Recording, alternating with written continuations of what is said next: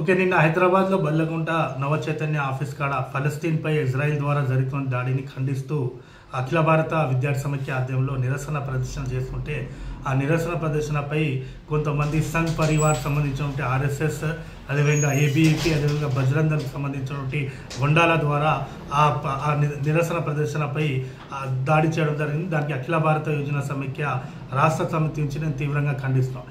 ఈరోజు ఆర్ఎస్ఎస్ అదేవిధంగా బీజేపీ రోజుకి ఈ రాష్ట్రంలో దాడులు చేయడంలో, అదేవిధంగా అనేక రకాలుగా సామాజిక ఉద్యమాలపై, అదేవిధంగా ప్రజల కోసం చేస్తున్నటువంటి ఉద్యమాలపై దాడులకు పాల్పడుతున్నారు. చాలా బాధాకరమైనటువంటి విషయం. గత 1 ఇయర్ నుంచి ఆర్ఎస్ఎస్ బీజేపీ దాడులు పెరిగినాయి ఈ రాష్ట్రంలో.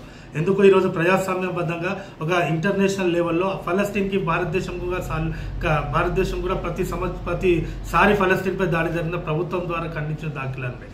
అనేక రకాలుగా దశాబ్దాలుగా ఫలస్తీన్కే భారతదేశ ప్రజలు, అదేవిధంగా భారతదేశంలో ఉన్నటువంటి ప్రజాస్వామిక రాజకీయ పార్టీ అందరూ కూడా ఫలస్తీన్కి సానుకూలంగా, అదేవిధంగా ఫలస్తీన్కి అనుకూలంగా ఉన్నారు. కానీ బీజేపీ అధికారంలో వచ్చిన తర్వాతనే ఇజ్రాయిల్కు అనుకూలంగా అనేది ఒక లైన్ తీసుకోవడం జరిగింది మోదీ ద్వారా.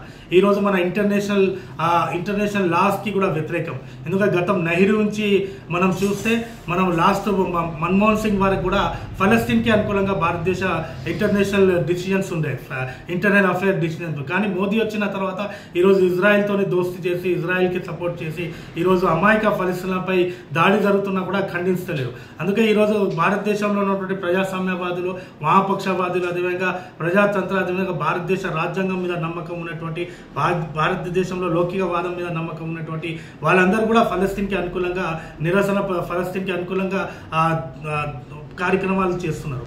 కానీ ఈరోజు ఆ కార్యక్రమాన్ని అడ్డుకోవడానికి ఈరోజు విద్యార్థులపై దాడి చేసి వాళ్లకు బెదిరించడం, కట్టెలతోని కొట్టడం, ఆఫీస్కి లోపలికి రావడం, అదేవిధంగా ఒక హరాచకం సృష్టించడం, ఇది గుండాయిజం అంటారు. కానీ ఇది రాజకీయ విధానం ఏమైనా ఉంటే భావజాలపరంగా మనం చూసుకోవాలి, కానీ దాడుల ద్వారా సమస్యల పరిష్కారం కాదు.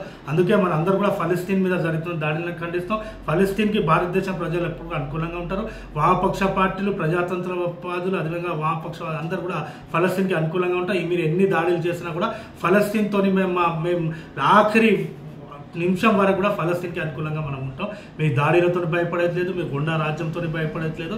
ఎట్టి పరిస్థితుల్లో కూడా మనం ఇట్లాంటి కార్యక్రమాలు భవిష్యత్తులో కూడా నిర్వహిస్తున్నాం కూడా చెప్తున్నా. ఈ దాడి చేసిన వాళ్ళందరినీ కూడా కఠినంగా శిక్షించాలి, వాళ్ళపై క్రిమినల్ కేసెస్ పెట్టాలని కూడా నేను రాష్ట్ర ప్రభుత్వాన్ని డిమాండ్ చేస్తున్నా. లేని పక్షంలో మేము జాతీయ స్థాయిలో ఈ దాడికి నిరసనగా కార్యక్రమాలు చేస్తామని హెచ్చరిస్తున్నాం.